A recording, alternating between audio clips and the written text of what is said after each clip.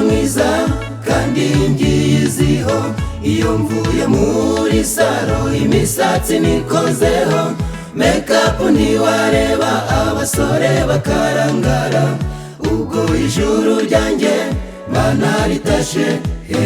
Reka nkubwire nshuti mukundwa ntabwo ari uko bimeze, ijuru si uburanga kuko wowe wibwira, abibone bameze nkawe bazashirwa mu muriro, aho niho bazabona yuko bakoze nabi.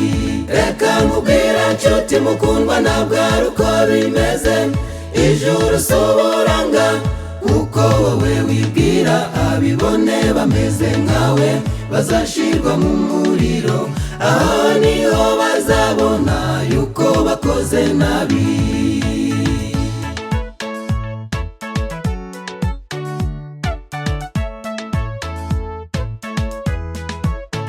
Ngenda umusore mwiza kandi wakoze ikofi, iyo ndi muduka inyungu ndimombara, najya mu tubyiniro abakobwa ngatondekanya, ubwo ijuru ryanjye mana ritashe.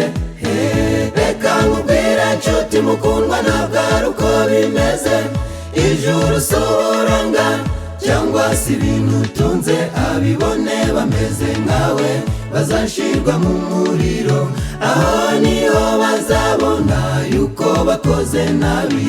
Reka nkubwire nshuti mukundwa ntabwo ari uko bimeze, ijuru si uburanga cyangwa si ibintu utunze, abibone bameze nkawe bazashirwa mu muriro, aho niho bazabona yuko bakoze nabi.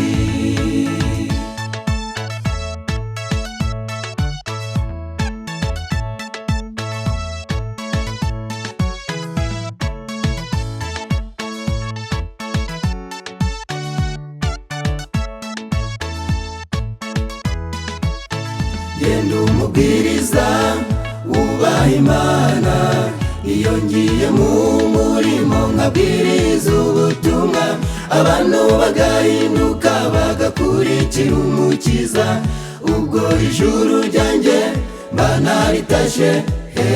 Reka nkubwire nshuti mukundwa uko niko bimeze, abakoreye Yesu bagakurikira umukiza, abo nibo bazatembera wa murwa Siyoni, aho niho bazabona yuko bakoze neza.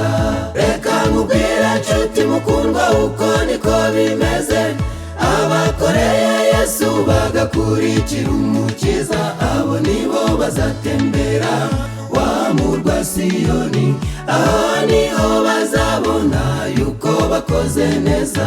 Reka nkubwire nshuti mukundwa uko niko bimeze, abakoreye Yesu bagakurikira umukiza, abo nibo bazatembera wa murwa Siyoni, aho niho bazabona yuko bakoze neza.